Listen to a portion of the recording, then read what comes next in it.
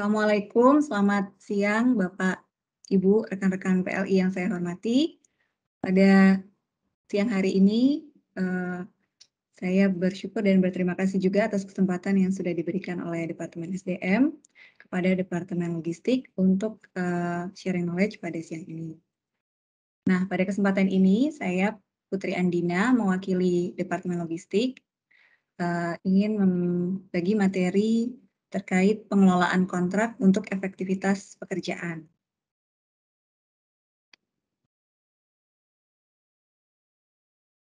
Nah, mungkin Bapak, Ibu, dan rekan-rekan sudah familiar ya dengan proses pengadaan barang dan jasa yang berlaku di PGN LNG. Ada 9 dan 10 tahap ya untuk proses pengadaan barang dan jasa dan proses pelaksanaan pekerjaan. Untuk proses pengadaan barang dan jasa itu sendiri, yang pertama adalah pengguna barang dan jasa mengajukan formulir permintaan pengadaan barang dan jasa kepada fungsi pengadaan. Dalam hal ini bisa ke Departemen Logistik atau panitia pengadaan. Kemudian meminta persetujuan dari pejabat satuan kerja yang terkait, pejabat pengguna, kemudian mendapatkan persetujuan juga dari pejabat pengadaan. Nah, setelah mendapat persetujuan dari pejabat pengadaan, maka pejabat pengadaan akan menugaskan fungsi pengadaan untuk melakukan proses pengadaan. Nah, fungsi pengadaan akan membuat dan menerbitkan dokumen pengadaan, kemudian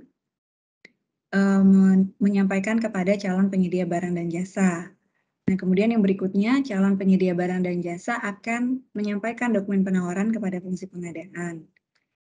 Berikutnya, dilakukan klarifikasi dan atau negosiasi dengan calon penyedia barang dan jasa, dan kemudian hasil dari penawaran yang telah disampaikan dan hasil dari klarifikasi dan atau negosiasi akan dievaluasi oleh pengguna barang dan jasa beserta fungsi pengadaan. Nah, hasil dari evaluasi tersebut disampaikan kepada pejabat pengadaan dalam bentuk laporan hasil pengadaan.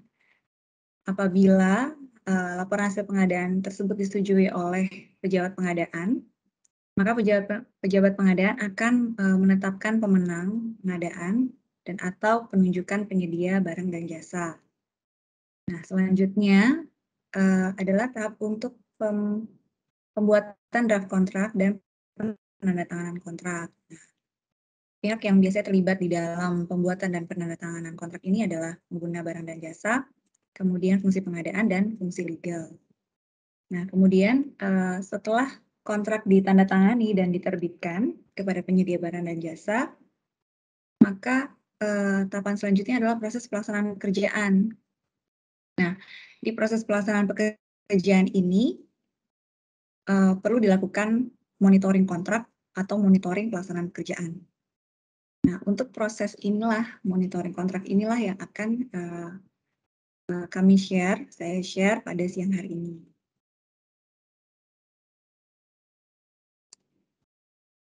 Ya, pengelolaan kontrak ini dapat dikatakan sebagai tindakan follow up dan monitor atas implementasi pekerjaan, sehingga kita dapat melakukan tindak lanjut segera apabila terdapat kendala dan atau masalah yang timbul, atau apabila situasinya berubah di luar dari rencana yang sudah kita tetapkan, dan untuk menghindari hal-hal yang tidak diinginkan, salah satunya temuan audit atas pelaksanaan kontrak tersebut.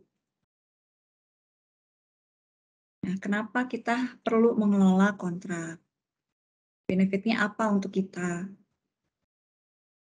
Dengan pengelolaan kontrak yang baik, kita dapat menghindari adanya kerja tambah atau biaya tambah, mundurnya waktu pelaksanaan pekerjaan, kemudian kualitas hasil pekerjaan yang tidak sesuai. Atau dengan kata lain, dengan melakukan pengelolaan kontrak yang baik, ya kita bisa mendapatkan hasil pekerjaan sesuai dengan yang diharapkan.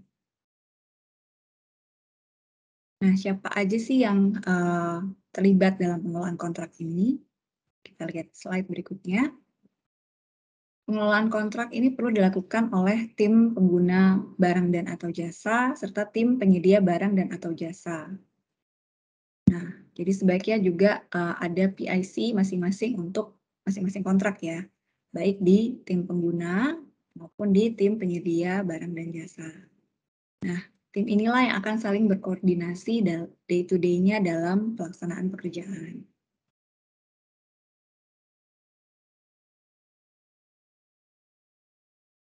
Nah, dalam pengelolaan kontrak, pengelolaan pengadaan barang dan jasa, sampai pelaksanaan pekerjaan, sampai ke pengelolaan kontrak itu perlu adanya pemisahan tugas, kewenangan, dan tanggung jawab. Kenapa? Untuk menghindari konflik kepentingan atau untuk mengantisipasi adanya praktik-praktik yang kurang etis, seperti misalnya adanya kemungkinan penyuapan ya terjadi kepada personil dari pihak pemberi kerja. Nah, seperti yang sudah kita jalani bersama belakangan ini, sedang ada persiapan ya untuk penerapan SMAP ya, atau anti penyuapan di bagian LNG. Nah, dengan pemisahan tanggung jawab ini juga adalah salah satu bentuk antisipasi ya untuk menghindari penyuapan tadi atau praktik yang tidak etis tadi. Nah, berikut adalah para pihak nih dalam pelaksanaan pekerjaan dan pengadaan barang dan jasa. Yang pertama ada fungsi pengadaan. Nah, fungsi pengadaan ini tanggung jawabnya adalah berkomunikasi dengan pengguna barang dan jasa dalam proses pengadaan. Kemudian melakukan penerbitan kontrak. Nah, kemudian untuk fungsi pengguna barang dan jasa itu memberikan persetujuan biaya atau kerja tambah ya, biasanya ini oleh pejabat pengguna ya, memproses persetujuan biaya atau adanya kerja tambah. Kemudian proses pengajuan pembayaran ke divisi keuangan. Kemudian melakukan penilaian kinerja penyedia. Nah, kemudian untuk fungsi keuangan, tanggung jawabnya adalah melakukan pembayaran ke penyedia barang dan jasa.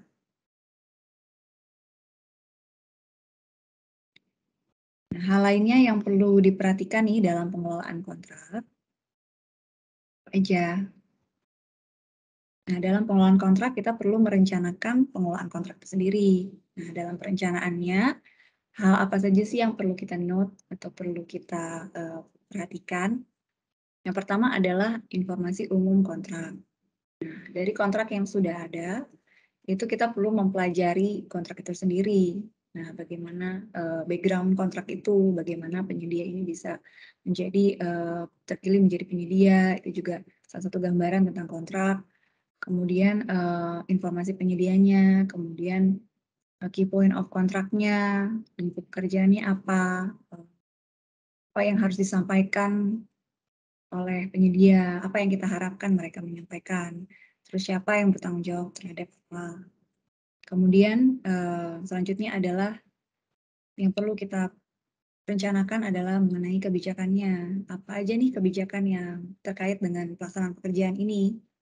Misalkan kebijakan HSE, prosedur pelaksanaan pekerjaannya bagaimana, job safety analisisnya bagaimana, dan prosedur lainnya yang diperlukan. Nah, ini tergantung dari masing-masing pekerjaannya ya. Karena masing-masing pekerjaan mungkin akan memerlukan dokumen-dokumen yang berbeda satu sama lain.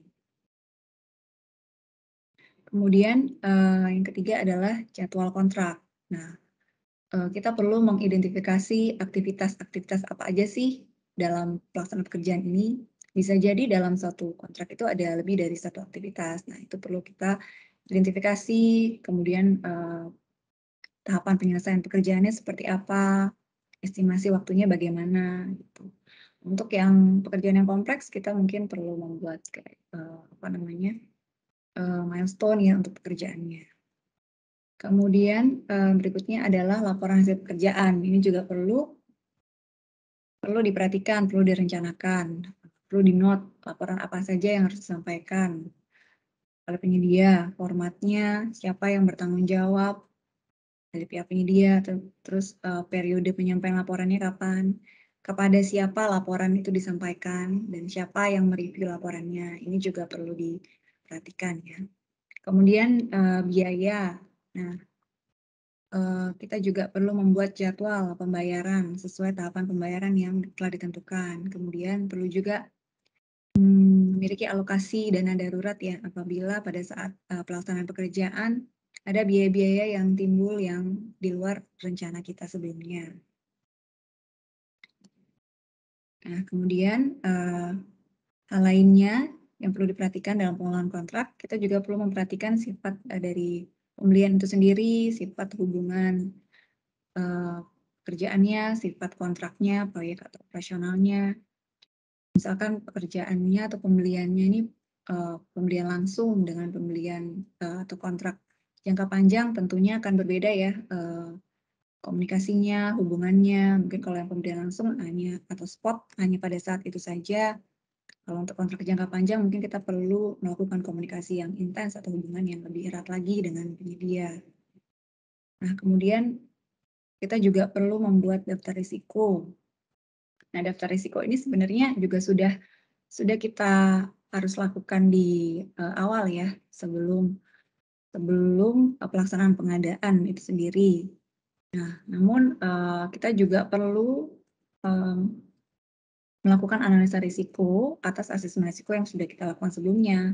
Jadi saat pelaksanaan pekerjaan juga kita perlu mengevaluasi kembali risiko-risiko tersebut, ya baik risiko terhadap jadwal, biaya, kualitas, dan lainnya. Sehingga kita bisa membuat perencanaan atau alternatif atau corrective action untuk mengantisipasi skenario yang buruk dari hasil pekerjaan.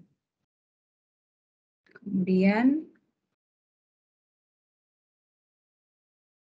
selanjutnya adalah performa pekerjaan ya. Nah, dalam pelaksanaan pekerjaan kita perlu mengukur performa pekerjaan. Nah, mengukur performa pekerjaan ini tidak bisa dilakukan di akhir atau di output-nya saja, tapi kita perlu juga mengukurnya dari tahapan prosesnya. Nah, mengapa tadi kita perlu menuliskan atau mengidentifikasi tadi jadwalnya, terus laporan apa saja, kualitas apa yang diharapkan itu dalam proses pelaksanaan pekerjaan kita perlu mencatat kembali atau mengidentifikasi kembali sehingga kita bisa mencegah output yang tidak diinginkan gitu. Dan misalkan kita juga harus memperhatikan isu terkait waktu, biaya, dan kualitas. Ini saling berdampak ya atau mempengaruhi nih ketiga hal ini. Misalkan dari waktu pekerjaannya delay. Nah, apabila pekerjaannya delay akan berdampak terhadap biaya juga. Kan ada kerugian yang timbul dari pihak kita misalkan. Kemudian apabila kualitasnya juga kualitas pekerjaannya kurang sesuai nih hasil yang mereka sampaikan. Nah, maka kita juga bisa meminta untuk kualitas yang sesuai yang diharapkan. Nah, kalau kita meminta kualitas yang baik kembali, maka diperlukan perlu waktu ya untuk penyedianya menyampaikan kembali kepada kita. Jadi sebelum hal demikian terjadi, maka perlu kita monitor di awal dan di saat pelaksanaan pekerjaan.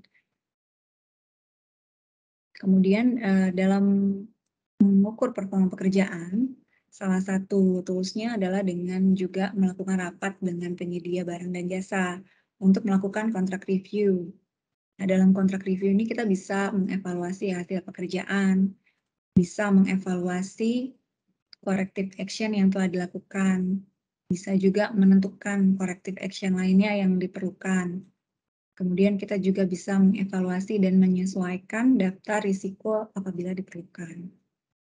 Nah, hasil dari kontrak review dengan penyedia barang dan jasa tersebut perlu kita tuangkan di dalam suatu berita acara, rapat, atau MOM yang diedarkan kepada seluruh peserta rapat sehingga apabila ada hal yang perlu ditindaklanjuti bisa terinformasikan kepada seluruh peserta rapat.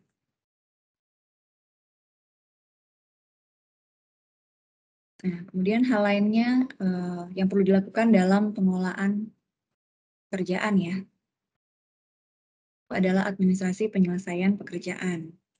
Nah, mungkin, terlihat sederhana ya, administrasi kok hanya administrasi penyelesaian pekerjaan. Namun apabila tidak, dilakukan dengan baik dan tepat, itu akan, memusingkan kita sendiri Bapak Ibu. Nah, oleh karena itu perlu kita pastikan nih seluruh dokumen administrasi dan atau perubahannya apabila ada, itu kita dokumentasikan dengan baik.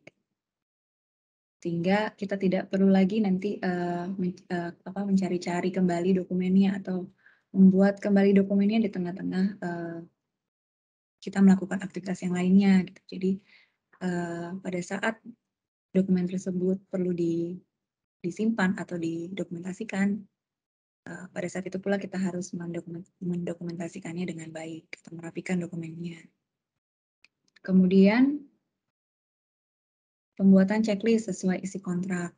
Nah, kita juga bisa membuat, checklist ya, dari isi kontrak itu kita buat checklist-nya apa aja sih lingkup pekerjaannya, waktunya, waktu penyerahan pekerjaannya, terus, apa namanya, hal lainnya, spesifikasinya apa yang harusnya kita terima seperti apa gitu. Nah, checklist ini adalah salah satu tools untuk monitoring pekerjaan. Dalam melakukan monitoring pelaksanaan pekerjaan itu juga perlu dilakukan secara berjenjang ya. Jadi, setelah kita menerima hasil pekerjaan tersebut, kita melakukan verifikasi, kita juga perlu menyampaikan kepada atasan untuk melakukan verifikasi kembali.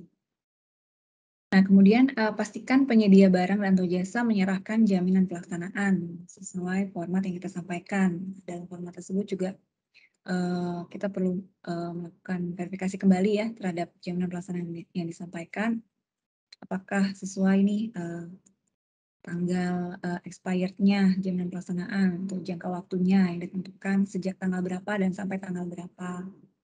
Kemudian nominalnya. Nah, kemudian pastikan juga ini yang terpenting adalah pastikan penyedia barang dan atau jasa melaksanakan dan menyelesaikan pekerjaan sesuai lingkup pekerjaan, spesifikasi, jangka waktu penyerahan hasil pekerjaan, serta ketentuan lainnya sesuai isi kontrak. Setelah semuanya lengkap, baru kita buatkan BAP dan atau BAST sesuai tahapan dalam kontrak. Ini misalkan pihak penyedia barang dan jasa diwakili oleh personil A menyerahkan misalkan 100 unit laptop ya kepada pihak pemberi kerja. Nah, pada saat menerima unit laptop tersebut, kita perlu memastikan kembali kondisi barang tersebut. Kemudian jumlah barang tersebut sesuai nggak sama isi kontraknya, sesuai nggak sama PO-nya. Kemudian spesifikasinya, misalkan warnanya sesuai apa tidak sesuai. Kemudian tipenya apakah sesuai dan hal lainnya sesuai isi kontrak. Nah, apabila semuanya sudah sesuai, maka kita dapat menerimanya dan menuangkannya di dalam berita acara pemeriksaan barang atau jasa. Dan kemudian disampaikan kembali kepada pihak pemberi kerja dan pihak penyedia untuk menandatangani berita acara serah terima pekerjaan. Nah, kita juga perlu ingat bahwa apabila terjadi keterlambatan, maka kita perlu menetapkan denda kepada penyedia barang dan atau jasa. Nah, penetapan denda tersebut bisa kita masukkan nih di dalam berita acara serah terima. Nah, apabila ada denda, maka kita tuliskan nominal dendanya di berita acara serah terima. Kemudian berapa nominal yang harus kita bayarkan kepada penyedia. Itu juga kita tuliskan di dalam berita acara serah terima pekerjaan. Nah, apabila semuanya sudah lengkap, BAP, BAST sudah ada, nah kita masuk ke tahap berikutnya yaitu tahap pembayaran. Nah, dalam proses pembayaran hasil pelaksanaan pekerjaan, seperti yang sudah saya sampaikan tadi, fungsi pengguna barang jasa perlu memastikan kembali bahwa semua barang itu diterima dalam kondisi baik, lengkap, sesuai dengan isi kontrak. Itu juga dengan jasa ya, sesuai dengan lingkup pekerjaan, sesuai dengan hasil yang diharapkan dalam dokumen kesepakatan. Nah, apabila sudah sesuai, maka kita menyiapkan seluruh dokumen pembayaran, yaitu berupa BAP, BAST, invoice, instruksi kerja apabila ada, perjanjian atau PO atau SPK, dan dokumen kelengkapan lainnya. Nah, setelah semuanya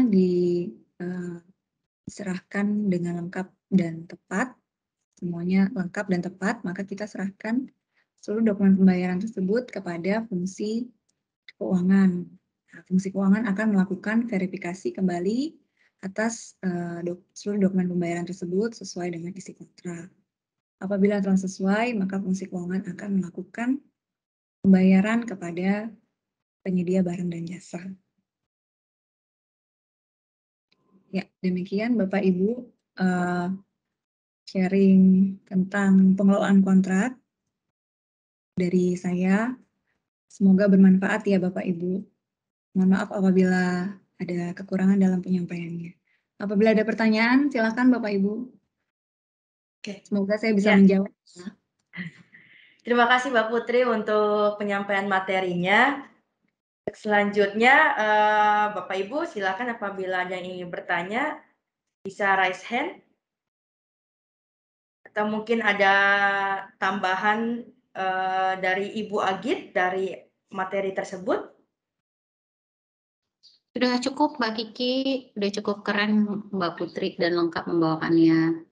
Silakan teman-teman sekalian kalau ada pertanyaan, karena kalau dari logistik ya, point of view-nya sebenarnya ya, kenapa sih kami meraise untuk topik ini, karena ini adalah salah satu hal penting bagi pengguna barang dan jasa ya, untuk bisa melakukan monitoring dan juga manajemen atas kontrak dengan sebaik-baiknya. Hal tersebut seperti yang Mbak Putri sampaikan di awal tadi, selain untuk memastikan bahwa semua pekerjaan itu dapat di-delivery, dapat diselesaikan tepat waktu, juga untuk menghindari adanya hal-hal yang tidak diinginkan, seperti adanya kerja tambah, ataupun keterlambatan, dan yang terlebih penting lagi, adanya temuan audit atas pelaksanaan pekerjaan yang sudah dilakukan. Seperti itu.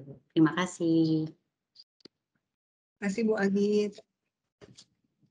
Ya, soalnya beberapa banyak dokumen-dokumen yang backdate-nya terlalu jauh ya Bu ya. Menghindari hal-hal tersebut. Silakan yang bertanya.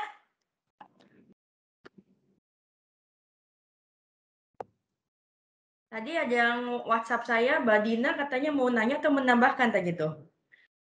Bapak Silakan Dina. Kalau mau menambahkan. Mau tanya, mungkin tadi ada yang belum dijelaskan sedikit, Mbak Putri, terkait informasi dalam kontrak itu dibuat berdasarkan apa dan siapa kira-kira yang berwenang untuk menyusunnya. Itu pertama. Lalu kedua tadi menyinggung tentang BAP. Kemarin saya dapat pertanyaan dari Mas Fatan ya Mas, bahwa gini, pembuatan BAP itu baiknya dilakukan sebelum atau sesudah pemeriksaan hasil pekerjaan. Jadi kemarin Mas Fatan tuh punya kasus, penyedianya itu menyampaikan hasil pelaksanaan pekerjaan tapi masih draft. Lalu dicek kan sama kita, PGN LNG. Nah, setelah disetujui oleh PGN LNG, baru, hasil pekerjaan itu disahkan oleh si penyedia gitu, ditandatangani. Nah, BAP itu jadinya tuh harus sebelum atau setelah pengecekan hasil pelaksanaan pekerjaan tersebut, Mbak Putri. Terima kasih. Iya. Yang pertama tadi pertanyaannya siapa yang menandatangani kontrak begitu ya Mbak Din? Yang menyusun sih lebih tepatnya. Iya. Siapa yang menyusun kontrak? Nah, untuk penyusunan kontrak tadi di nomor 9 ya, kalau nggak salah tadi dalam proses pengadaan barang dan jasa itu dilakukan bersama-sama. Jadi antara fungsi pengguna barang dan jasa, kemudian fungsi pengadaan dan fungsi hukum atau legal dilakukan bersama-sama. Nah, tapi siapa nih yang yang leadernya atau kontrak manajernya gitu? Siapa yang pihak yang lebih mempunyai kewenangan lebih gitu untuk penyusunan kontrak, itu adalah fungsi pengguna barang jasa. Begitu Bu Agit, mungkin mau menambahkan? Iya, sudah sesuai Mbak Putri. Jadi sesuai pedoman pengadaan existing saat ini ya untuk draft kontrak atau draft perjanjian itu ada masih menjadi tugas dan tanggung jawab dari fungsi pengguna gitu. Jadi dari fungsi pengguna nanti menyampaikannya kepada fungsi pengadaan yang nantinya juga akan kami sampaikan kepada calon penyedia ataupun penyedia yang sudah ditunjuk. Idealnya untuk draft kontrak itu ada dilampirkan di dalam FPBJ. Kenapa? Supaya semua syarat dan ketentuan itu sudah bisa dihitung resikonya oleh peserta pengadaan. Karena resiko-resiko itu kan nanti akan menjadi bagian dari harga penawaran yang mereka sampaikan gitu. Khawatirnya kalau memang kontrak atau draft kontrak itu baru disampaikan di akhir gitu, bargaining position-nya kita juga tidak cukup kuat dan dikhawatirkan ada resiko-resiko yang mungkin memang belum mereka hitung yang bisa menimbulkan adanya mungkin perubahan terhadap harga penawaran. Nah, hal-hal tersebut yang sebenarnya ingin kita hindarkan gitu dalam proses penyusunan dari suatu kontrak seperti itu. Silakan Mbak Putri dilanjutkan. Terima kasih Bu Agit. Ya, yang kedua pertanyaan Mbak Dina tadi ada mengenai kapan BAP difinalkan begitu ya Mbak Din ya? Iya, betul. Iya. BAP ini kan berita acara penerimaan barang atau jasa ya. Nah, BAP ini perlu difinalkan atau ditandatangani kedua belah pihak ya pada saat pekerjaan tersebut diserahkan dan diterima oleh, jadi ada pihak yang memberi dan ada pihak yang menerima. Itu BAP tersebut diterima. Nah, apabila misalkan masih ada kekurangan barang gitu ya, baru diserahin 10, dari 20 baru diserahin 10, nah 10 lagi ya perlu ada BAP lainnya. Mungkin 10 lainnya akan menyusul gitu, jadi perlu ada BAP lainnya sampai memang ke 20 unit tersebut atau 20 barang tersebut diterima gitu. Menjawab kan Mbak Din? Baik, Mbak Putri, terima kasih. Sama. Menambahkan sedikit Mbak Putri, menanyakan sedikit lagi gitu. Kalau untuk draft BAP-nya itu ada ketentuannya nggak sih? Misalnya harus dari misalnya bagian LNG atau harus dari pihak ketiganya gitu? Atau bisa sebenarnya nggak masalah mau dari draft-nya itu seperti apa dari mana aja itu nggak ada masalah gitu? Iya, kalau draft-nya tidak ada format dari bagian LNG sih. Jadi bebas aja, penting konteksnya atau isinya itu ada penyerahan pekerjaan dari si yang pelaksana pekerjaan dan penerima pekerjaan, dan item-item apa saja yang diserahkan tampak jelas di BAP tersebut. Begitu Mbak Kiki. Ya, berarti memang tidak ada ketentuan khusus ya untuk harus pakai draft BAP misalnya harus pakai draft BAP-nya PGNLNG atau pihak ketiganya nggak ada ya, nggak ada yang mengatur tentang itu ya. Iya. Terima kasih Mbak Putri. Sama. Ya, ada lagi Bapak Ibu yang ingin bertanya?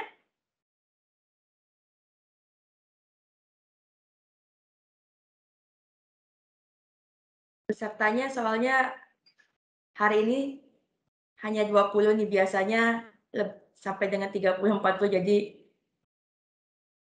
sedikit yang akan bertanya nih kayaknya. Yang biasa nanya soalnya nggak ada. Mbak Osma itu nggak ada. Mungkin udah menanti hadiah nih, kuis. Oke, kalau memang tidak ada pertanyaan atau dari Bu Agit mau menambahkan lagi sebelum saya tutup untuk sesi materinya, Bu Agit? Baik, terima kasih Mbak Kiki. Agak surprise ya saya kalau nggak ada yang bertanya. Mengingat sebenarnya pada prakteknya. Mudah-mudahan paham Ibu ya. Iya, agak surprise karena ini semakin bingung atau semakin menjadi galau gitu ya. Karena pada prakteknya kami menerima sangat banyak sekali ya pertanyaan-pertanyaan dalam pelaksanaan kontrak gitu. Nah, kalau ada hambatan dan kendala pada saat pelaksanaan kontrak yang mungkin terkadang masih ditanyakan ke kami, dan juga itu maksudnya sebenarnya lingkup pekerjaan logistik atau logistik itu sampai dengan perjanjian ditandatangani gitu, tapi kami membuka pintu selebar-lebarnya gitu untuk teman-teman bisa bertanya gitu apabila ada kendala dalam proses pelaksanaan pekerjaan. Tapi akan lebih tepat untuk pelaksanaan pekerjaan apabila ada kendala itu bisa didiskusikan bersama-sama juga dengan Biro Hukum. Mengingat kalau pelaksanaan pekerjaan yang sudah terikat suatu kontrak itu sudah ada pihak ketiga yang sudah bekerja sama dengan kita. Jadi sudah ada aturan mainnya lah berdasarkan kontrak gitu. Jadi itu point of view-nya akan menjadi berbeda karena point of view pengadaan dengan point of view legal atau hukum itu bisa berbeda gitu. Jadi alangkah baiknya teman-teman juga bisa mengikut sertakan satuan kerja terkait lainnya, misalkan ada kendala dari keuangan, bisa berkoordinasi juga dengan teman-teman dari divisi keuangan, apabila ada kaitannya dengan persyaratan gitu juga mengikut sertakan sejak awal dengan divisi hukum seperti itu, karena mengantisipasi itu sangat lebih baik gitu. Dibandingkan nanti kita sudah terlalu jauh berjalan, sementara permasalahannya semakin rumit dan itu akan memakan waktu yang bisa mengakibatkan mundurnya pelaksanaan atau penyelesaian pekerjaan atas suatu kontrak seperti itu. Jadi kami sangat mengharapkan belajar dari audit yang sudah dilakukan di tahun ini di awal tahun ya. Jadi kami sangat mengharapkan untuk rekan-rekan sekalian dapat semakin aktif satu mempelajari dokumen yang sudah diterbitkan yaitu kontrak, PO ataupun SPK gitu, dan juga semakin aktif juga berkoordinasi dengan satuan kerja terkait lainnya. Saya yakin juga masing-masing satuan kerja juga welcome ya untuk saling mensupport satu dengan yang lainnya, dan juga untuk bisa melakukan kontrak manajemen secara lebih baik lagi ke depan sehingga kita bisa terhindar dari hal-hal yang bisa quote unquote merugikan perusahaan yang tentunya juga nanti bisa menjadi satu temuan audit. Nah, itu yang tidak kita inginkan. Itu dari saya highlight-nya. Terima kasih Mbak Kiki, Mbak Putri. Terima kasih Bu Agit. Ya, terima kasih untuk penyampaiannya dari Departemen Logistik.